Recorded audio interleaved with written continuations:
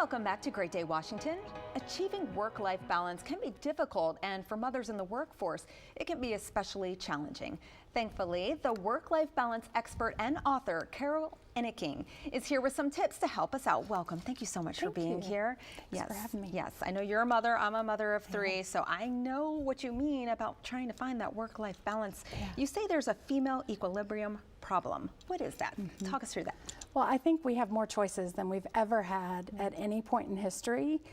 But just because we have all these choices does not mean that we can or should choose to do it all.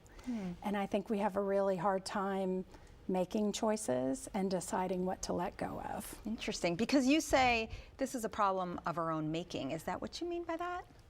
Yes, Okay. because I think that we end up, especially professional women, there was a study done recently about how they're unhappy with their job for many different reasons.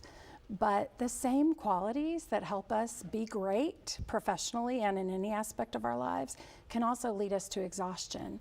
It's wonderful to be ambitious and goal-driven and dependable. All of those are so great.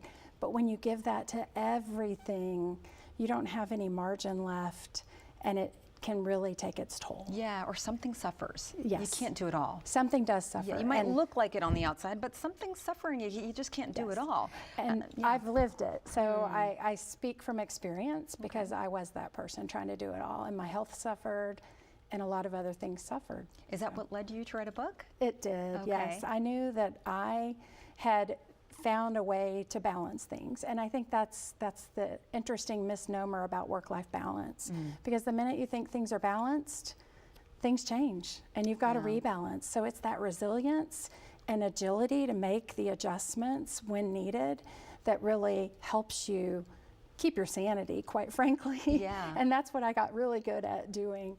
But I knew that I didn't have all the answers, so I interviewed 70 men and women to find out what they struggled with, what they found that worked. And so the interviews were quite enlightening. I realized it wasn't just me.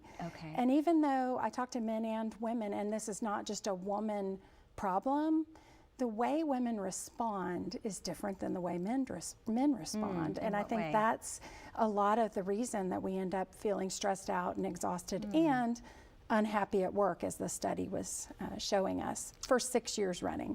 Interesting. And I think it's the way we process how we do things. So men think differently than women. That's probably not new Men are news from for Mars, anyone. women from Venus. Exactly. And men can compartmentalize and give their attention to the item at hand. And what I found in the interviews is that women are kind of firing on all cylinders at all times. So you're in a meeting and you're thinking about what you're putting on the dinner table, or who needs to get to a practice, or what sporting event for the kids is coming up.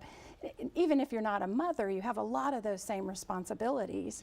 And so because of that, we tend to take on a lot of things. But the other way that we process it differently is that women tend to carry a lot of guilt when they don't do everything. Yes, we do. And just reminding myself, just because I can doesn't mean I should.